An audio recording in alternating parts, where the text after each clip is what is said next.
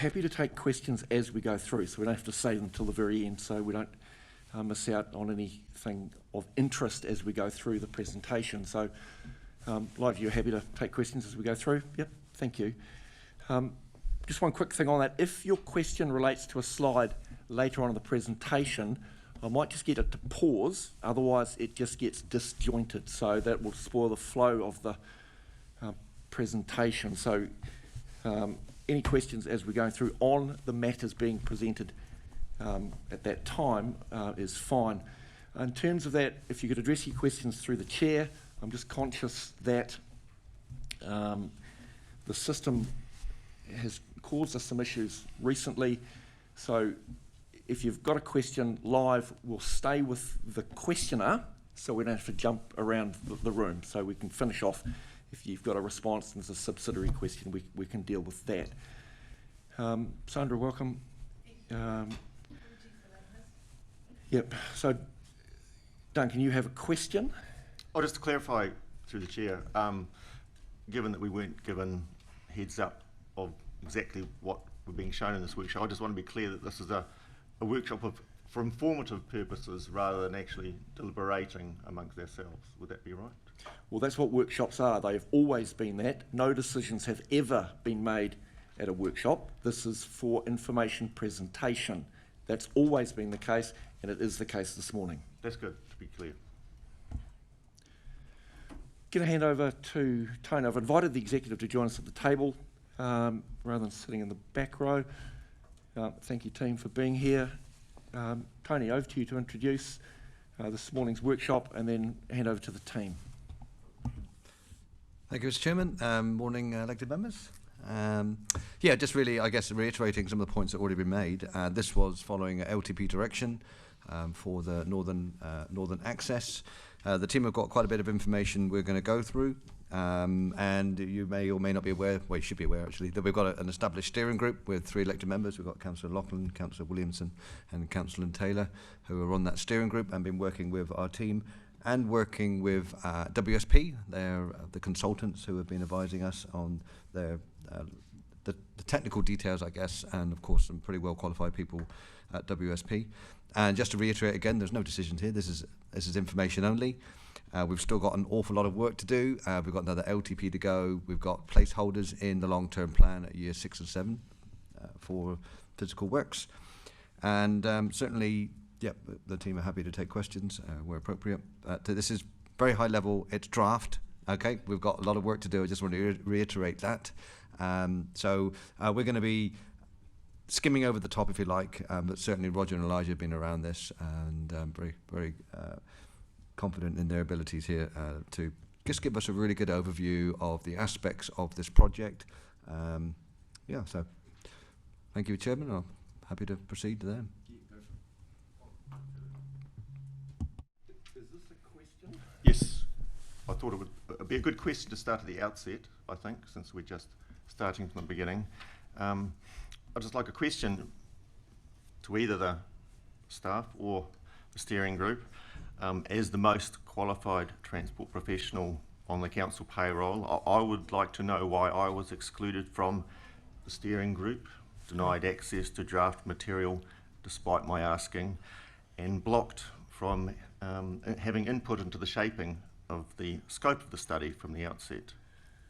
So I can answer that. You weren't blocked from anything. You were part of the group that sat around this table. As I recall, those who were nominated to sit on the steering group were put on there as a vote around the table from all elected members. It has nothing to do with anybody's individual technical expertise. Those of us in governance were put there in a governance role. Now your question has nothing. Please don't interrupt me. If you keep interrupting me, that's the point of order. Stop. That's misrepresentation, Chair. Stop. Are we following standing orders here? We are, and you're in breach of standing orders.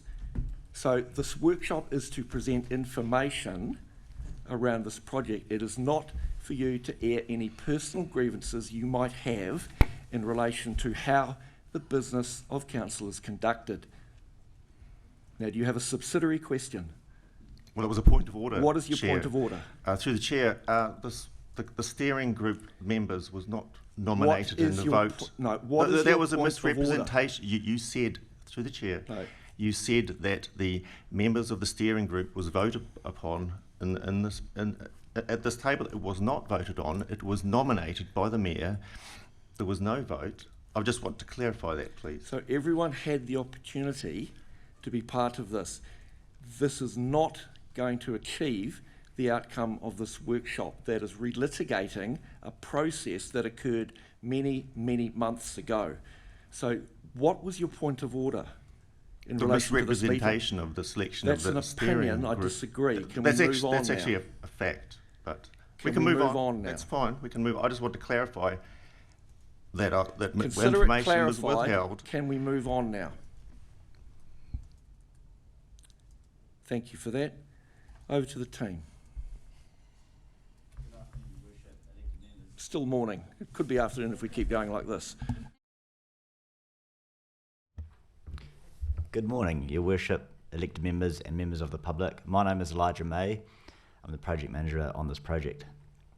As you know, I'm here to talk to you about a project that has been kicking around Taupō for 30 plus years, the Northern Access Project. Today I'm going to outline the work we've completed to date, the next possible steps, and between myself, Tony Hale, Roger Stokes and the councillors on the steering group, I'm confident we can answer all your questions.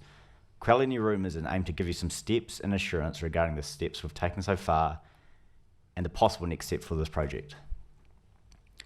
This project is huge for the Taupō District, and whatever we end up doing will have large ramifications for Taupō. I do implore you all to ask questions. I'm not here to sway any of your thoughts, more to share facts and discuss possible next steps. However, we don't want to be stuck in this workshop debating semantics, as we need to be remembered that we are in the very early stages with a lot of water to go under the bridge, and details would come in due course. So we're going to cover three main themes today. Essentially, the need, outlining what we're here to solve, the transport study we undertook, and the early optioneering, and the next possible steps. Essentially, focusing on the need first, the project will ensure Council has adequate long-term transport infrastructure that is planned to be resilient and can respond to the planned growth of the Taupō District. And it is aiming to address the constrained Northern Gateway capacity that we are currently and will continue to see in the future. I'm guessing there's no questions, no? Right, I'll talk about the need in a bit more detail here. I'll start with the facts. Taupō is growing, and it is continuing to grow at a fair rate of knots, with no real signs of slowing. Council need to plan for this growth. With no plan for transport across the river, TDC will not be able to continue to develop north of the river. This is implicitly clear with regards to the Nukaho private plan change. This identified that TDC need to plan for this bottleneck as a key point to continue with growth. And again, to reiterate what I hope you already know, with no plan in place, Council will be impacting on growth north of the river, and this will likely halt growth in this area to halt. The government has also made it clear that councils need to enable land for housing and plan for infrastructure services growth. By not addressing this, we will not only be failing to meet statutory central government requirements, but will be forcing growth south of the Control Gates Bridge to land that council has significant holdings in, and it could be seen to favouring council land, and not enabling private developers and supporting iwi and hapu aspirations housings north of the Control Gates Bridge. Based on the TDC growth model, the table shows on the screen the anticipated growth for the Taupō commuter catching from Whariwaka to Kinloch. So I've modelled two scenarios here. We've got the second decade, which is essentially early 2030. We're anticipating a total of 2,052 additional households for this Taupō commuter catchment. And then we cast it out to essentially all of the land in the Taupō commuter catchment essentially developed, which comes up to additional 7,500 properties. So essentially, when you add that together, it's nearly 10,000 additional households for the Taupō commuter catchment. For reference, in the whole district, there's roughly 23,000. So we're talking a massive amount of growth planned in the future for the Taupō area. It's worth noting these figures were pulled prior to the future growth strategy that's currently being worked on. However, we don't expect these to change too much. But regardless of what the model may or may not say, this is a very real issue and we need a plan. Through the chair. Just a question, Elijah. I'm just interested. You mentioned statutory government requirements. Sorry, what are you referring? What requirement are you referring to there? 2 seconds. So it's probably I'm referencing the National Policy Statement on Urban Development. So I can help with that. So the National Policy Statement requires all local authorities to have, I think it's up to 30 years of residential land zoned, and there is a timeline on industrial land as well. I can't remember what that is. I think it's 20. Someone can correct me on that, but that is a requirement from central government through the National Policy Statement.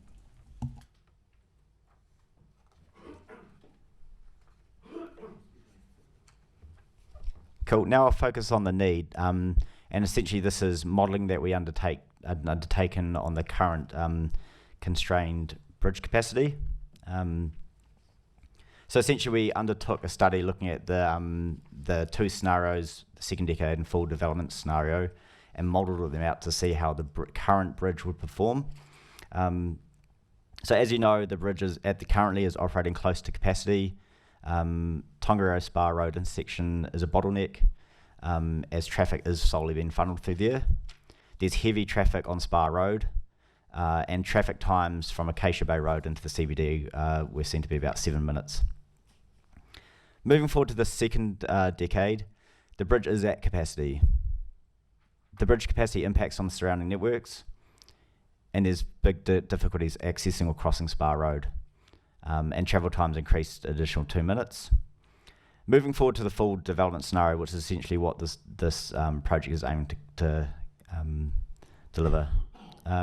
There's widespread congestion issues across the network, and travel times from Acacia Bay increased to about 23 minutes, and essentially the whole road network is choked up. So it's clear that modelling results indicate that another connection is required to cope with the growth demands in Taupō. Well, through the chair, just to clarify my understanding, I mean, we referred to, I'm not trying to be devil's advocate, but when you're referring to the statutory requirements, I just mentioned that there's no statutory requirement for us to fix that. Is there? To fix what? To fix the full development scenario with widespread congestion. I mean, we could choose to leave it that way. Sorry, to fix the widespread congestion issues, we could choose to leave it that way if we so wished. We could choose to do anything we like post-consultation with the community. This workshop is about the options that have been worked up in relation to the northern access. Elijah, back to you. We've also got to consider some other additional considerations with regards to the current bridge. So with a single bridge crossing, Taupō does have a lack of resilience. TDC do not own this bridge, but we own the pavement on top. It's worth noting Mercury are undertaking a long-term project to look at what the long-term future of the structure is, and in early feedback from consultation, it seems that the public do support council providing additional transport capacity across this corridor.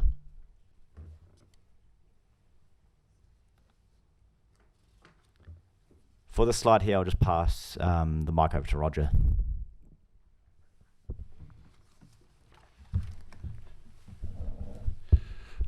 Through the chair, I'm Roger Stokes, Infrastructure Manager, supporting Elijah, the Project Manager of this. In the brief, our steering group had some objectives and drivers for change, which we put through to WSP, and these are a summary of some of the things we're looking at.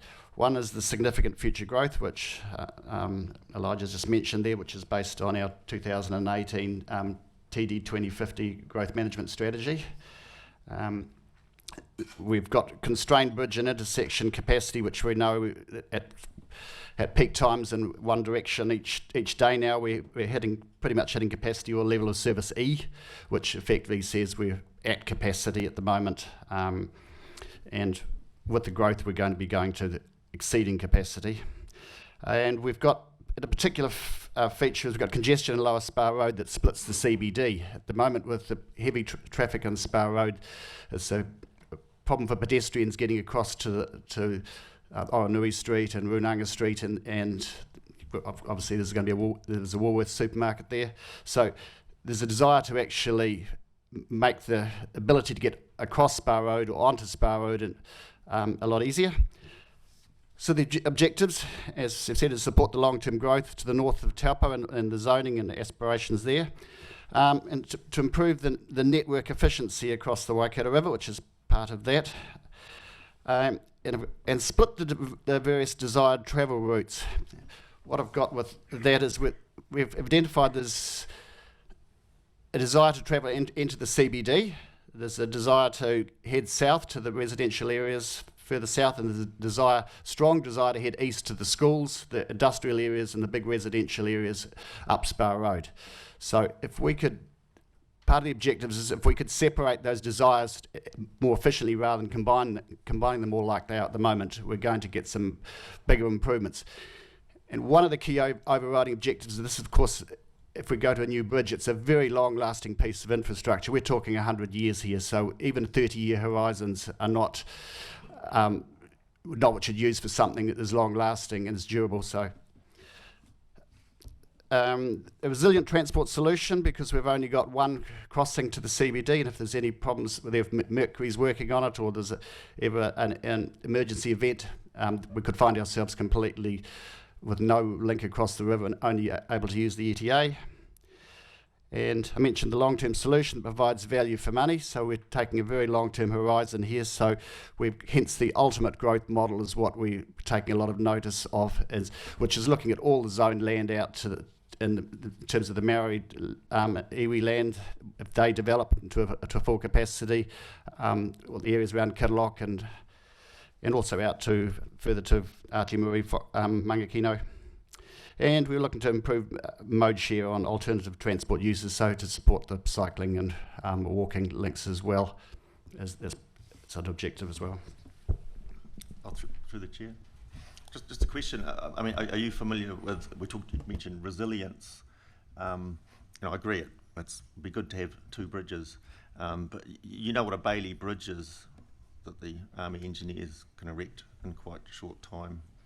I'm just throwing it out there that it's not a very substantial waterway, and in the event we lost the existing bridge, I have a sense that it wouldn't be very long before a workable.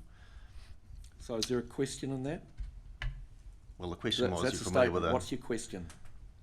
Well, do you agree that would be a workable solution, a short-term fix until something, in the event of a catastrophe? So I'm going to jump in here. This workshop is about the Northern Access project. It's not about an emergency response should we need it. Your question is predicated on an emergency response. Should there be a failure of the existing infrastructure, or should there be an emergency? So that's not part of this. We're going to move on, unless there's something else you have relevant to this presentation. Well, through the chair, I mean, I just agree. I mean, we were talking about resilience of a transport solution. That is held as a legitimate reason why we would want a second bridge, but I'm just pointing out that it's not necessarily absolutely necessary. A short-term fix could be worked around. That's what I'm pointing out. Thank you for your statement. Team, back to you.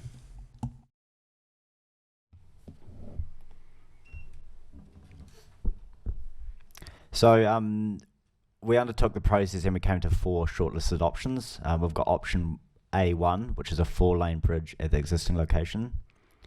We've got option B2, which is retaining the existing 2-lane bridge, plus a new 2-lane bridge at Opepi Street. Option B2, which is retaining the existing 2-lane bridge plus a new 2-lane bridge connecting to Waikato Street. And then option D lane, which is a 3-lane bridge at the existing location with 1 lane that is tidal flow. So again, it's important to note that this phase of the project, these options were only used to test the principles of each and the impact of the transport network, and to get some high-level budget estimates. The exact locations were not set. We did disregard a couple of options. The lane winding. So as you probably know, the Control Gates Bridge, currently the lanes are quite narrow. Traffic does slow down there due to just the constriction. If we did push those lanes out a little bit wider, you would get a little bit of extra flow, but essentially the bridge is at capacity, and it's not a long-term issue and does not address the traffic being funneled through that one direction. We also disregarded replacing the concrete median with the traffic lane. From an engineering perspective, anything is possible. You could put in the 3rd lane on the bridge. However, the central median is extremely narrow. TDC do not own the central median. This is Mercury's property, and that central area is used for the control structure. And ultimately, we did model this essentially in option D1, and you'll see later on that it didn't perform that well in the long term. Well, yeah, through the chair, you mentioned the control gates as well. It's there now. It's in the way of putting a 3rd lane in the middle. But of course, within the scope of this project, Mercury is looking at relocating the control gates. So then it wouldn't be there. Hang on, I need to stop you there. That is presuming you have knowledge of what Mercury's intentions are. So that would be beyond the knowledge of anyone else around this table. So to make a statement like that is not founded in fact. We have no idea what Mercury's plans are because they have not been shared with us yet. So I need to pull you back from that statement. What is your question? Well, through the chair, I mean, referring to the tender document from July 23, this is in the tender document made public. The owner of the control gates is currently undertaking a process of assessment of the existing structure with a possible intention to plan a replacement or alternative means of controlling the flow of the river, i.e. potentially addressing the primary purpose of the structure by other means. This process may result in a structure in a different location and or a structure that solely serves its primary purpose. Can I point you to 2 key words there, potential and may? Well, and possibly 3 key words. Well, I'll follow it up. I'll follow it up. So with, you have a question relevant to the subject matter under discussion today. Yes, I will ask this question through the chair. Can you confirm whether a 3-lane tidal flow upgrade of the existing control Gates Bridge was modelled in isolation as a standalone alternative? And if so, was it assessed as a viable option that could remove or delay the need for a second bridge? And that includes the insertion of a southbound link hooking directly into Waikato Street, as per the sketch I sent through last week. So my understanding that question was just answered in the presentation. No, through the chair, that hasn't. So Roger, Yep. go ahead. The answer to that is yes. In the stage 1 report that's come out of the scope that you've produced there, says additional traffic lane on the bridge, removal of the concrete barrier, and putting a 3rd lane on it. I've gone through the criteria, and the conclusion of the report is, in addition to, as paraphrase it, the 3-lane bridge at the existing location does not score well against the project objectives, as it does not provide the same level of traffic operational benefits and does not improve the resilience of the transport network. Overall, it is advised that this alternative option is not pursued based on the above. And But just for clarity, that's in the report that's been made available to all elected members for some considerable time, correct? Correct. Thank you. You have a subsidiary question? Well, through the chair, I'm aware. Turn your mic on. Through the chair, I did read this long ago, and I took issue with it long ago, and it's a very sweeping statement, and it didn't answer my question at all, actually. It hasn't been modelled. It hasn't been assessed as a standalone option. Seems to, as far as I can tell, it's been swished over for a few reasons. Whether it seems to be an assumed objective. I mean, it just, yeah, that's all I can say. So, sorry, so is there a question somewhere in there? Well, but you answered my question, and Thank you. that it had been addressed, and I'm So, saying, and okay, I'm hang on, guys, absolutely, and I'm settle absolutely down. asserting it has not been addressed. Okay, so It has not been answered. that's an opinion. Thank you for expressing your opinion. Unless you have a question, I'm going to get the team to move on. Well, are we going to be doing? Are we taking this seriously? Are we? Go. Well, we are, yes. So, team, back to So you. I'd more of a statement than a question. Yeah, just, I mean, I'm comfortable with the information that we provided, makes logical sense. Spending more time on an option that isn't going to improve the traffic flow would be a complete waste of council's money and resources. Which has Sorry, been- Dan, I'm going to have to cut you off as well. So I appreciate you expressing an opinion, Yeah. but we're here to listen to the presentation. Your questions rightfully should be addressed to issues raised in the presentation for apologise clarification, but that's fine. Thank you. I Oh. trust you have a question. No, Microphone. no. Carry on. Thank you. Thanks for that. We also looked at some of the base costs for the four options above. Again, this is very high level to help inform a preferred option to put in the current LTP. Our base costs for option A1 were $34 million. Base costs for B1 were $95 million. B2 was about 75.5, and option D1, a new 3-lane bridge at the existing location, was essentially around $30 million. So not much difference from option A1 because we still had to build a new bridge. So, Councillor Leonard. Go ahead. I have pushed my button. Sorry, I was just waiting to go red. I do just have a question. I know we're dismissing Councillor Campbell's option, but if we were to go with a 3-lane, which does divert the traffic up to Opepe and out, this has been a question that I've been asked by the public, so this is my opportunity to ask it. You've mentioned the costs of all of these. I understand that you're at a shortlist stage. Did you get any indication of the cost if that was a considered option? Through the chair. So in terms of, correct me if I'm wrong, the question is a 3-lane bridge with a 1 lane connecting into Waikato Street, was it? So essentially I'd see that as higher than the cost of option D1 there, because essentially you're adding an additional road connection. So it'd be in the order of $34 million plus. On that point, your option D1, is that the assumption of Sorry, you mentioned option D1 is the assumption there that you're building a new 3-lane bridge. How seriously was strengthening the existing structure, modifying the existing structure, carrying on with the existing structure taken? Because I mean, the Harbour Bridge is quite old. They're not rebuilding that in a hurry. Through the chair, the report about the option for the 3-lane bridge says, furthermore, this says that the control gauge bridge is an old structure and the introduction of another traffic lane is unlikely to be achievable. So investing new infrastructure on something that's been there for many decades would probably wouldn't quite meet the current standards, was judged to need that $30 million figure that Elijah's mentioned.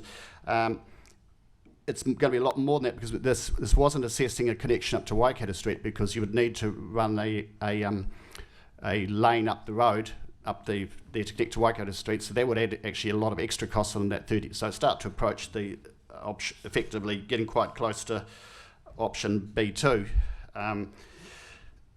The other disadvantage of running a lane just straight up there from the existing control gates bridge level is it's actually a really steep grade. I think I've heard figures of 20% mentioned. Normal public road grades are limited to about 12%. Once you get to high grades for heavy vehicles, it becomes a real limitation. So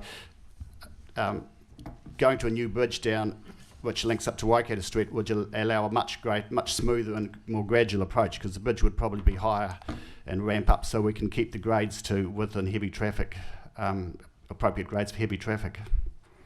Yeah, through the chair. I mean, yeah, through the chair. I heard the words probably and unlikely in there, so I take it that carrying on utilising the existing structure wasn't investigated in any detail. And I'll just make a mention of that, the gradient thing. Yes, it is on the steep side, 20%. That's the existing terrain. That's not unheard of. It's certainly not the desirable gradient in any of the guidelines. But I do know with some earthworks it could be slightened. So I don't think that's a reason to absolutely throw all that out anyway. Again, I'll just make that comment. Is there a question in there? Well, we're allowed to make comments as well, aren't we, Chair? Well, the commentary is coming from the team to present us information. In terms of questioning, it's around clarifying the information so we can better understand the project being presented to us. Not through the chair. Yeah, no, I understand. I'm just saying that the. So I appreciate you understand. From the I'd answer ask I you to received. also comply. No, from the answer I received, I think the question was answered that it was not looked at any detail. Yeah. Well, thank you. So, hang on a sec. Just turn your microphone off, please. And colleague, over to you. I'll come to you, Christine, next. A sideline from the options that we have in front of us, and my apologies for lateness. Previous appointment was held up, and if you've covered this, I apologise in advance. Is there any opportunity for road transport funding, NZTA, Waka Kotahi? I know that none of it is guaranteed and it needs to be in our long-term plan, but the reality of where things are sitting from a national level, are you able to give us a picture of that? Yeah, through the chair. So currently, as we're in the really early stages, we haven't started conversations with them. However, that's definitely something we will be looking at do, because there's potential there to help have this co-funded. So I can help answer that as well as the Taupō District Council representative on the Waikato Regional Transport Committee. If you look at the most recent iteration of the Regional Transport Plan, there is a line item for Control Gates Bridge in there, right at the very bottom. There is no budget associated with that, and it's way down the bottom because, as Elijah has just said, we're in the very, very early stages. So NZTA, and I'm not here to speak on their behalf, but I just have some knowledge, having been on the committee. NZTA or the Regional Council are not in a position to commit anything to what is a very early draft on our part. There's lots of other projects around the country where you could argue of a much higher level of significance and urgency than this. Sorry, Christine, you had a... Continues off, please, Duncan. Chair, I know it's absolutely your prerogative, and you did start by saying we could ask questions as we go along, but the constant questioning, I'm finding it really hard to concentrate. And look, I know it's up to you how you run the meeting, but it's really distracting, and this is very, very important, and we just keep labouring one point. So, look, I don't mean to interfere, but I'm That's really fine. finding it difficult. It's fine, thank you. That's addressed to you, Councillor Campbell. So do you have a relevant question you wish to present to the presenters? Well, through the chair, I think so. It's another point though, but I thought it's worth one. Well, just hang on. Just so I haven't said it yet. as chair of the meeting, I'll decide whether it's relevant or not. Okay. So where you go. You mentioned earlier public transport. I think you passed over public transport and active modes. So that the question is relating to that. Like in a place like a city or a place like Auckland learned a lesson a long time ago that building more roads only attracts more people to drive to work. So You need to in get their to your personal point quickly. vehicles. So can I please ask what allowance has been made in this study to for public transport and active transport modes? Through the chair, again, as this was very early days and early optioneering, the bulk of the growth is going to come from vehicles, and so we haven't actually looked at it yet, but that's the next phase of the project to see how we can utilise that and make sure that's addressed. I'll just make a point. The estimates are, and the brief is to allow for great cycling and great pedestrian access, and certainly public transport will be accommodated within the bridge structure. No, okay, I'm just pointing out that, I mean... Okay, thank you for pointing that out. But So no, responding through the chair. No, sorry. Public no. transport, buses, if there's lots of buses, then you did... I need to stop you there. I need to stop you there. You're derailing the meeting. Back to the team.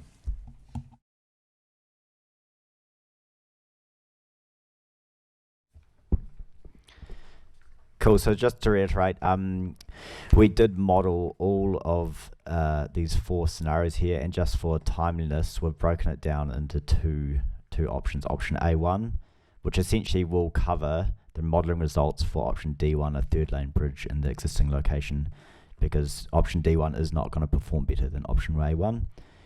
We also looked at modelling option B2, but again in the report we did model option B1, and from a transport perspective they were much the same.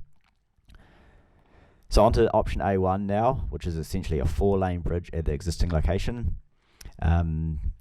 This did improve the traffic flow on the bridge, but it's still unreliable in the 2nd decade, and it's predicted to have a similar travel times to the current decade, and improves the do-nothing scenario by 2 minutes.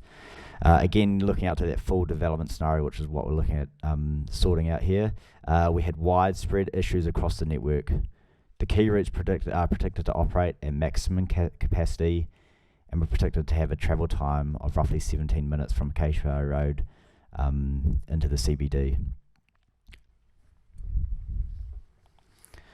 Looking at option B2, which is essentially a 2nd bridge crossing downstream of the current bridge crossing, and retaining the existing bridge crossing. In the 2nd decade, it did direct traffic away from the CBD, which is great. It improved reliability across the Control Gates Bridge, and predicted travel times from Acacia Bay Road into CBD were roughly 7 minutes. And again, looking out to that full scenario, high levels of anticipated growth do still cause some issue across the network, but the 2nd bridge alleviates the network pressure, and we're predicted to have a travel time of roughly 14 minutes. Now, this is a really key point, is this, because this was the early stage of the study, it did funnel the traffic down Orunui Road, street, which is not optimal. So that's why the results here weren't as beneficial, but we'll address that in the next phases of the project and the slides. So can I just ask you to make something, maybe Tony could jump in here, conscious that there's a bit of detail around those streets running off Waikato Street, and there are a number of businesses there and a number of people who own property. I think it's important to stress this is early draft. No decisions are being made today, none have been made, and it would be unwise for anyone to take this and run off and do anything concrete, excuse the play on words, with that in relation to information presented here. I could use another euphemism about water under the bridge, but we won't. So I just wanted, Tony, you didn't comment on that? Yep. So, colleague, do you mind just, thanks. Yeah, through the chair. I mean, as we indicated earlier, this is at the early stages. We've got another LTP process to go through. It is all draft information. Obviously, with a project of this nature, there's lots of conversations to have with stakeholders, partners, and businesses. But those points, we haven't got to those stages yet. So this is really, again, just information sharing. There's an awful lot of work to do, and we have not done any door knocking because we're not at that point. Kylie.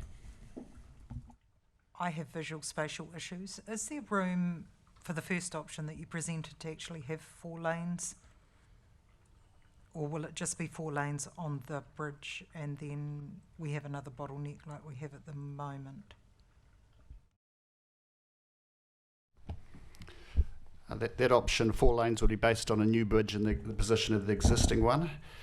We agree that at the moment the bridge is at capacity at peak times, but this is a system and it's a long-term solution. So if we fix the bridge where it is, we just transfer the problem onto the Spa Road roundabout. And as you've seen in those figures, the congestion in full developed scenario basically means the whole network's just at a standstill.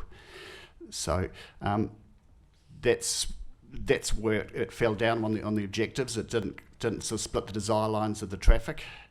So it is a 4 lanes on the bridge will fix the bridge alone, but not the rest of the system issues. So we treat this as a gateway, not just a second bridge, if that makes sense. It's actually the whole traffic functioning is a function of all of those intersections and how the flow goes through them, because if you jam it up at one intersection, you will jam up the Control Gates Bridge, because if you can't get through, if you backed up through Spa Road roundabout, well, it doesn't matter how many lanes you got on the bridge, they won't be moving. So that full development scenario, that long-term future that we're looking for, is really high growth, high traffic volumes, and so we're wanting to split that overriding objective is we wanted to split that desire for people that want to get to the CBD, who probably would use the existing bridge on the preferred scenario. We'll get on to a little. It might be worth actually getting on to the preferred scenario, and then you might see the benefits that manifest out of it. But hopefully that answers your question. So, Rich, if you could turn your microphone off, let Kylie. Yeah, I guess my question was not around the bridge as such, but do you make... I'm trying to understand, does that become 4 lanes and then you're back to 2 lanes swishing up around by Boom Boom, or is there capacity to go 4 lanes up and down? Spa Road, the space at Spa Road roundabout, the lower Spa Road roundabout is very tight.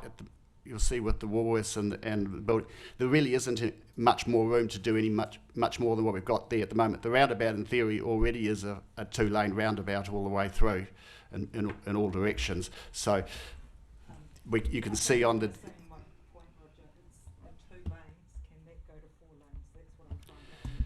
Is where you sweep around down to there, I don't see 4 lanes. Yes, you could do that. You could do 4 lanes. But you would still end up with four lanes coming into the existing 4-lane roundabout, and that would as the full development scenario shows, it congests to a level of service F, which basically means it's hopelessly clogged at peak times. As a driver of this road during the peak with 3 children at Taupō East Rural, has there been any investigation, because something as a layperson I'm identifying as when that Spa Road pedestrian crossing isn't monitored by teachers, you can guarantee the traffic will be blocked back to the Acacia Bay Straight. When there is a teacher on that intersection, the traffic actually flows through. So has there been any exploration of the pressure that's put on and then backtracked from that pedestrian crossing through? Not as part of this project. We haven't investigated the particular pedestrian crossing or its functions. I guess you mean the pedestrian crossing outside the school, not the push button down at the lights. No, the pedestrian crossing at the school. If that's not monitored by teachers, then that entire traffic flow gets held up because the students just continually stream across the road. I can honestly sit at the Acacia Bay Straight and call the school and ask if they've got a teacher on duty or not, and I can tell that from the traffic flow. It's as simple as that. Rachel. You may actually be coming to answering this, I'm not sure, and it's along the same lines as Kylie's question, because whatever we decide here is going to have significant impact on Spa Road in general. We know Spa Road is a bit of a problem now. When in this process do we analyse the effects of these decisions on Spa Road and what those remediations might be? Through the chair, we do talk about that later on. But again, it's very high level.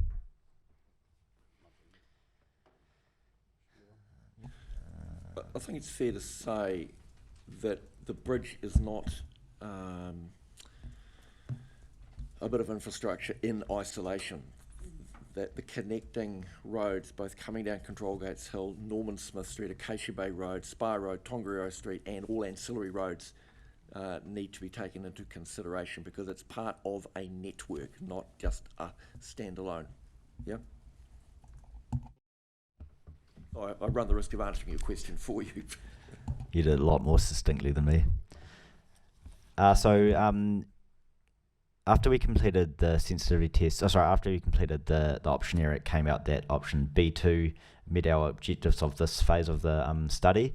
One side thing we did do was a bit of a sensitivity test. So a sensitivity test is essentially putting a few variables in the model and seeing what happens. As we put a lot of growth in the full development scenario, we toned that back a bit to see what the reactions would be and the results would be when we reran the model for the B2 option. So we pulled the numbers back to additionally 1,400 households in the second decade, and that number to about 6,000 in the full development phase.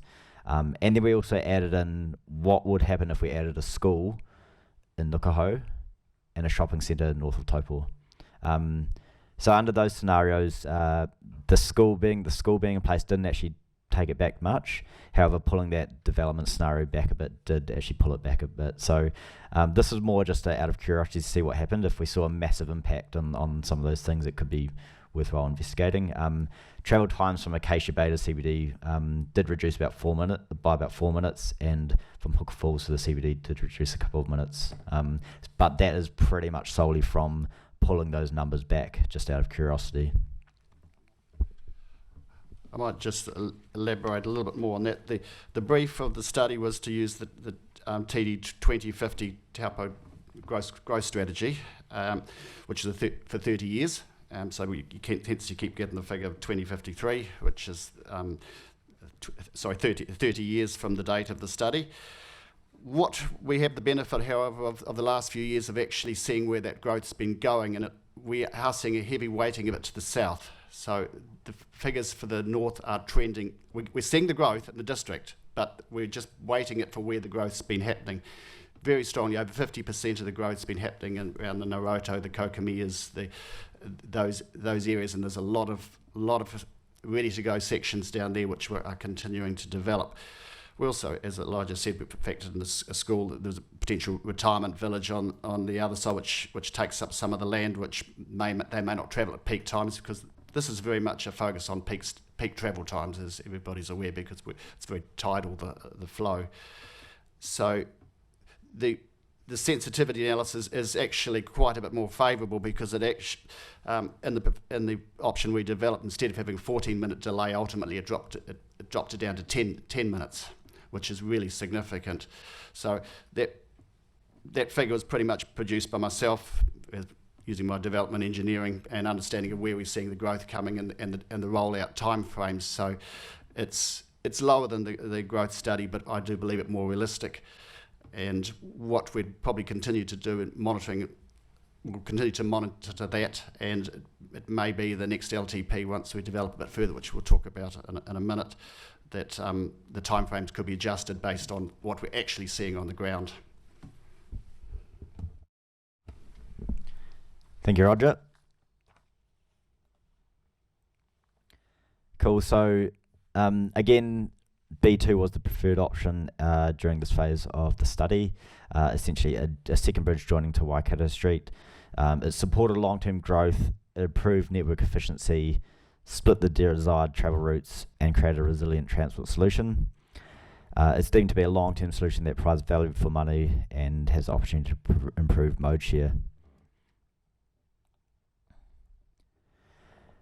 So in the next phase of the project, we considered hypothetically how you could link in a bridge that joined into Waikato Street.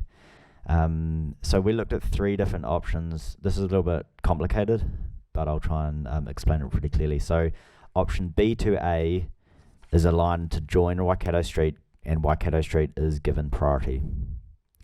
Option B2B is the same as B2A, but it's left in, left out of Waikato Street and Oronui, and and Waikato Street and Nukaho Street, and then option B2C, which is all of the above, however, are left in, left out at Waikato Street and Orunga Street as well.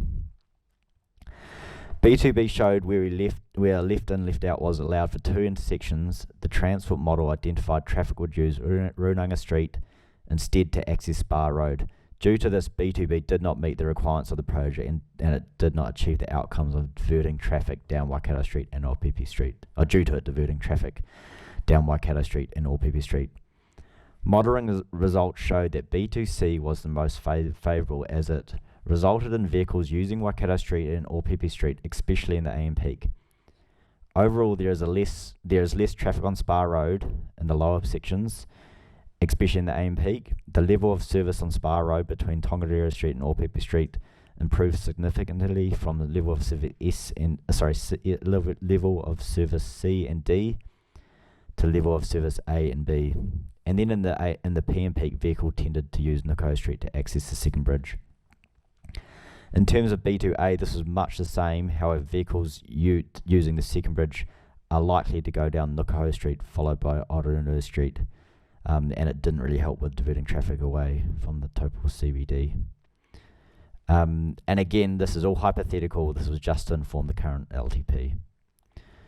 So as a result of stage 2, to inform the budget for the previous LTP, this was based around option B2C, which essentially had a 4-way intersection at Tongariro and Norman Street, Wairaki Drive and Tongariro Street, and then left in, left outs and Waikato Street, and then signalled intersection at Spa Road and Opepe Street. Overall, this helped with alleviating traffic in the Taupō CBD and it aligned with the council's aspirations, and modelled intersections performed well, and it proposed upgrades during the full development scenario. So essentially, we looked at 5 key intersections, which were Norman Street, Wairaki Drive, Spa Road, Tongariro Street, Opepe Street, Spa Road, Pāraihape and Te Ropinga Street. And again, this is very, very early days. This was essentially just to inform the LEP. I need to make this really clear. This is not set in stone. This is just a finger on a map, a point on a map, and some possible intersection changes. We have a lot of work to do to develop this further, and this is definitely not set in stone. So, just to come back to Councillor Leonard's comment before, there is still opportunity within the project to expand the boundaries around traffic flow impact beyond those intersections, because we've heard about Acacia Bay Road and the Spa Road outside the college, for example. Yep. Consider that a question. Yes. Councillor Campbell.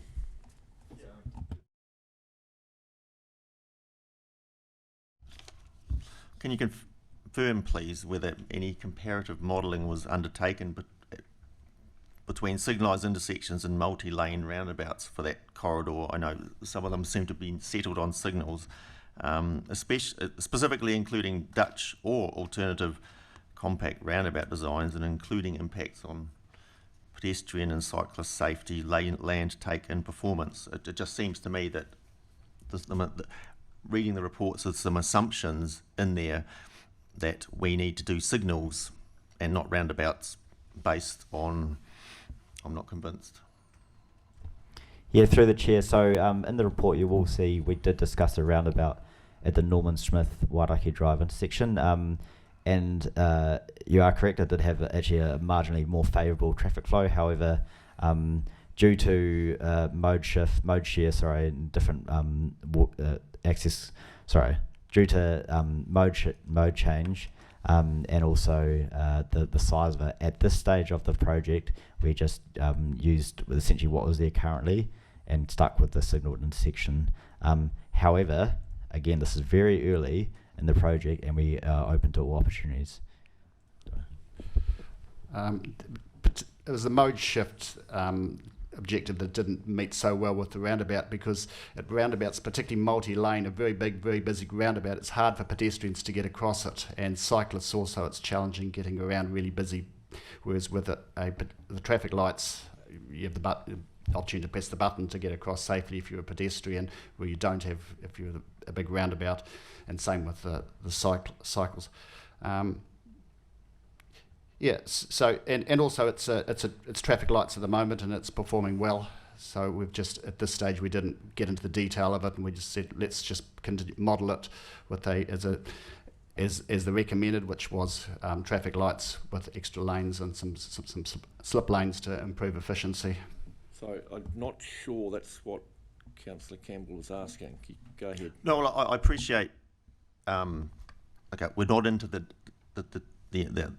detail quite yet, but I read in the report that, and I can't remember each particular intersection, but it seems to be a broad brush assumption that yes, because we have lots of pedestrians and cyclists, we'd better not stick a multi-lane roundabout. But I don't think that's good enough reason to rule them out. And well, it appears to be the inclination of the report is certainly in that strong direction. I mean, I'm commenting on this just because it's something I spent a lot of. I did my stick to your question. Not interested in your masters. To put context in why I'm putting this forth, there are many intersections in cities with multi-lane round. Sorry, question. I think it's been answered. This is draft. That you have to have something to present to this workshop. The team could have put all roundabouts in, and then the opposite argument would occur. There has to be something to discuss. It's being discussed. Well, through the chair, I'm happy to let the team respond around the intersection treatments, but again, you need to bear in mind this is really early days. Once we get down to the detail of this, individual intersection treatments will be discussed way further down the track. Well, through the chair, I'm just challenging that assumption at this early stage before it gets too detailed, because I've from experience, I know once it gets into a certain level of detail, it's too late to go back. Just thank you for your challenge, team. Thank you. Now on to the next steps. So again, I think it's pretty clear that this is very early days and we have a lot of work to do. So the next few years we essentially want to develop to come up with a preferred option. So essentially look at locations, road intersections, and so start looking at some of this more detail that is so important. We also want to commence engagement in the area in Hapu. TDC has previously completed a cultural impact assessment for this area, and it does actually provide clear position from Hapu around the transport connections. It's a great tool to have, and it will help to inform consultation. We want to continue to work with Mercury to understand their plans. That's again a really key point. They are going through quite a big process here. We don't know where that process will end, but we still need to work with them really closely. Obviously, we need to refine the budget, very high level, and we also need to potentially review the growth and modelling. Over the next few years, if growth slows, we might be able to push the project out or pull it. Or we might have to pull it forward if growth keeps continuing to increase. Again, all of the above will help council have an informed option to go with the next LTP with for consultation. This is a pretty big project. We have to spend money to investigate all these options. So essentially for the next few years, we've got around $150,000 earmarked in each year of the LTP, leading up to potential construction of something in 29-30 and 30-31. Again, very draft. We've got another LTP process to go through. I think just to wrap it up, hopefully at the end of this workshop you've understand 3 key points: the need, the transport study we undertook, and the next steps. Is there any other outstanding questions before we shut up shop? Thanks, team. Any other questions? Councillor Campbell. Yes, through the chair, I have a few. I suppose from the perspective of the public, given the $300,000, well, I'll ask the first question first, actually. My understanding was that the original scope of this project was in the order of $100,000 for a consultant, and even that seemed to me to be on the relatively high side for its purpose. So can you please explain the cost as I describe it? Maybe you can describe it a different way. Cost overrun to $300,000? Through the chair, there has been no cost overrun. Thank you, Chair. Hang on, we'll just, we'll stick with Duncan for now, just let him finish his questioning, then we'll come to you. I'm just conscious that the technology is militating against us somewhat, so we'll just carry on. I'll come to you next, Sandra. Yeah, I mean, given this fairly substantial cost to ratepayers and the lack of detailed schematic plans, can you please explain how the community is expected to meaningfully participate in a decision of this scale, and when this consultation will occur? So I'm happy to jump in on that.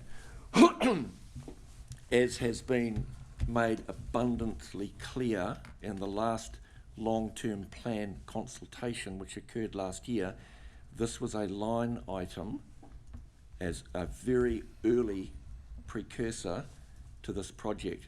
There is another long-term plan before anything is done. It was consulted on, it will be consulted on.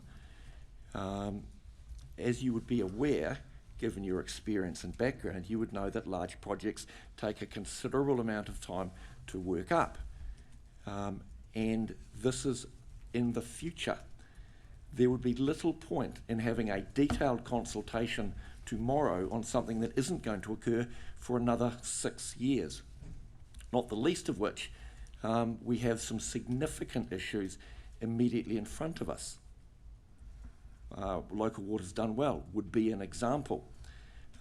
So I'm sorry, but the basis of your question, I'd have to challenge that people are not being informed. They are being informed. This whole workshop is intended to do exactly that.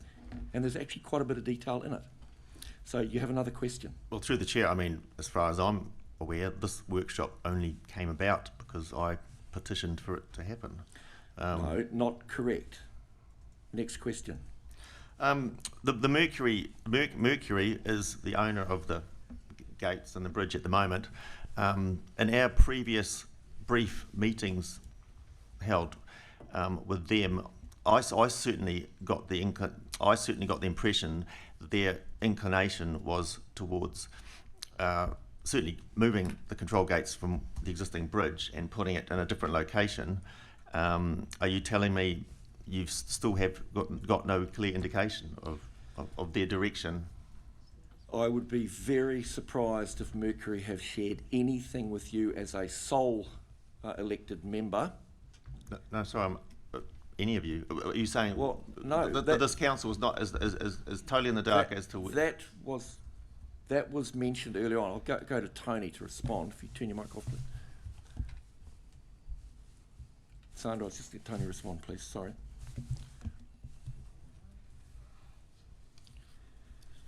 Technology. Right, go, Tony. All the colours. Through the chair. We have regular meetings with Mercury, and as we've already mentioned, and you would have seen in some of the information that there's a strong relationship there. We know that they're working through long lists. They're working with their own stakeholders, but we're not privy to any decisions or any ultimate plans that they have, but working alongside them. And as Elijah's already indicated, the future of control gates is a significant factor in this project in the future. But that's not for us to say what they will and what they won't do. So, if you've got one more question, then we're going to hand it over to someone else. Sandra, thank you for your patience. That was very appropriate, your response, Tony, because that was sort of where I was going. This is not a standalone project for Taupō District Council. This is a project that involves Taupō Waters, along with Mercury, and I'm wondering whether there's been consideration given to setting up a steering group with those three organisations rather than us doing a standalone project and then, you know, reaching out to them and doing it that way. I mean, I know that you've thought this through, and I know that this is something that must have been on your mind, but this is going to be quite an unusual project because I think we are all well aware that Mercury have got plans going forward, and of course we would not expect to be privy to them because they're commercial, but that doesn't change the fact that we also need to know what's going on with them. Through the chair, thank you, Councillor Greenside. You're 100% correct. We do need to be in the room with Mercury, and we currently have a really good relationship with Mercury. The process they're going through now is to refine some of their options, and when the time is right, we will be in the room. And to be clear, we won't make any decisions before we are on board with them. Yes, I mean, I agree the most desirable thing is a second bridge. There's lots of reasons why that is a good thing. The only issue in my mind is who is going to pay for it. And for the record, I do believe the public could and should have been involved in some of these discussions before this date. But my question is, what if development doesn't happen as the planners have predicted, and who will fund the proposed improvements if it doesn't? So, again, I heard the team address that specific question not 10 minutes ago. If growth slows down, there is the ability to push the project out. So I'm paraphrasing what was presented to us not 10 minutes ago. I'd encourage you to listen more carefully. In terms of who's going to pay for it, there was a conversation earlier in this workshop around NZTA funding and whether or not that could be accessed.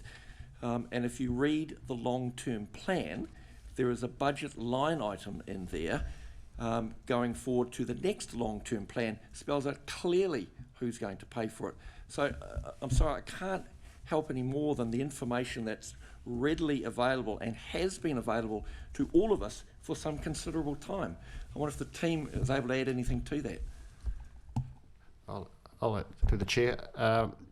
This isn't a line item included. One of the key reasons for getting it in the last LTP was so we can include it as a development contribution to unlock the land to the north. At the moment, this, as the questions were asked, it's 75% of the cost at the moment is included in the development contributions model. So we are, of course, going to make sure that no stone will be left unturned with NZTA in terms of getting funding. But as the chairman has mentioned, there is a lot of competing interests there. We haven't got, that's the way down the track. We will absolutely make sure that we exhaust all options to get alternative funding. But at the moment, we're seeing that this is a growth project, and the reason being for that is at the moment is at capacity. So if we had no more growth, we'd probably not do anything. And as the chairman says, we're going to monitor the growth, and we're not going to push the button, or the council's not going to push the button on such an expensive and major piece of work until the community is satisfied that the benefits are there and that the money is well spent, because it's a very long-term piece of infrastructure and at substantial cost, as we all recognise. Do you have another question? Microphone. Yeah, I mean, the context or point of that question is just to point out that these improvements might not happen for quite some time, and the people of Taupo will be, until these do, it looks like we're planning on being stuck with what we've got for, could be a very long time. And I'd just like to point out that bus lanes actually can carry exponentially more passengers per traffic lane than regular car traffic. But I just have one last question. Go for it. I think, unless something else pops into my head. What are the legitimate reasons to withhold these reports that we elected members are able to read from being viewed from by the public, or even for us to be able to run past the third parties? So my understanding, nothing's being withheld. This information is in-house in terms of allowing the team to work up the information to provide something to share. This is a public workshop. There are members of the public here. It's being recorded. It will be uploaded to the council YouTube site. Again, in terms of anything happening behind closed doors, no decisions have been made. None are being made today. None will be made on this project unless it's in an open forum after full and complete public consultation. I'm not sure what the intent of your question is. So Maybe to the you could chair, explain. I'm referring to the consultant reports, not the content of this study. I'm saying that why can't we release the consultant reports for Hand over to Elijah on that. Through the chair, I think they weren't released because we hadn't had this workshop. As mentioned at the introduction to the meeting, this is very high level, and it's for modelling and pricing purposes, and we haven't been to our in detail. Obviously, we haven't got a detailed proposal to put to our iwi partners and Mercury, and there's also all the landowners and businesses in the area. So it's just not at the level yet that we're able to answer people's questions, and we don't really want people making economic decisions based on things that are uncertain and is still to be further developed as we've got the extra funding in the next few years to actually progress that more so we can understand the impact on people and actually inform them. But personally, I don't have any objection to the reports being made available if the steering group chooses. You have another question?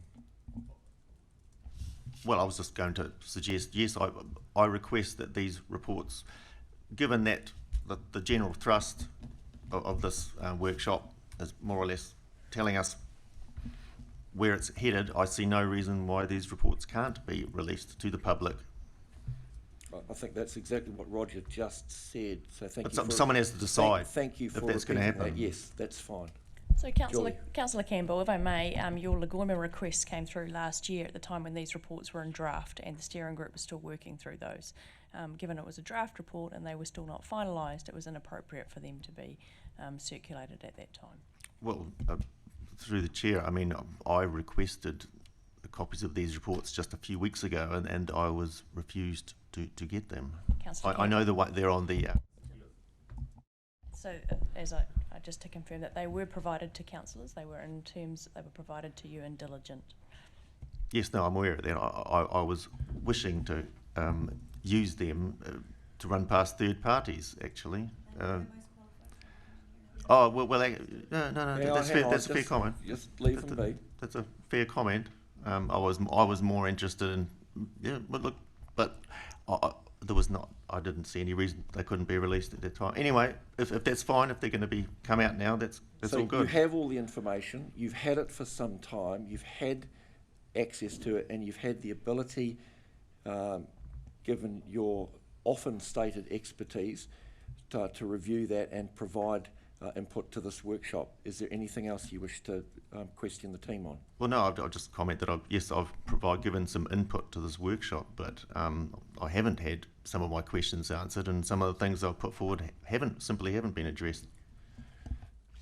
So, pick your top one. Let's have it. Thank you, Chair. Sorry, Sandra, Thank you. we'll come back. Thank you. Okay. Just listening to the Prime Minister at the Local Government New Zealand conference last year, one of the things that was commented on, talked about, I'm not sure it was him, but it was somewhere there, that new infrastructure across the country is, a lot of it's going to be user pays. Has any consideration been given to a user pays model? As in tolling. Yeah, through the chair and Councillor Greenside, at this stage of the project, not yet.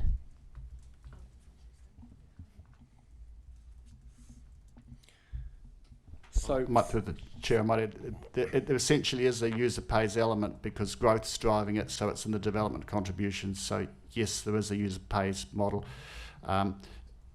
If we later, the council could just decide to as a user pays as a congestion charge, perhaps, or tolling, those options would be available in the future. But at this stage, those questions haven't been. No one's turned their minds to that.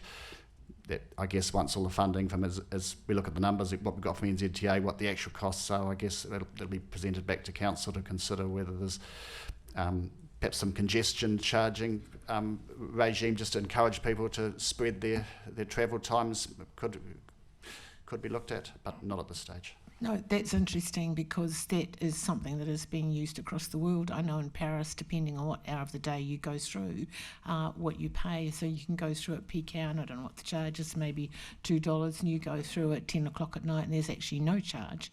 And of course I'm thinking of the Tauranga situation where there's quite a bit of infrastructure over there that is user pays, because I always forget and I get the bill. Councillor Campbell. Yeah, look, hopefully lastly, I just want to clarify a point. I put a notice of motion for this workshop to happen. That was back in July last year. That's why this workshop happened, as far as I know. So that's as far as you know. You have a question in there somewhere.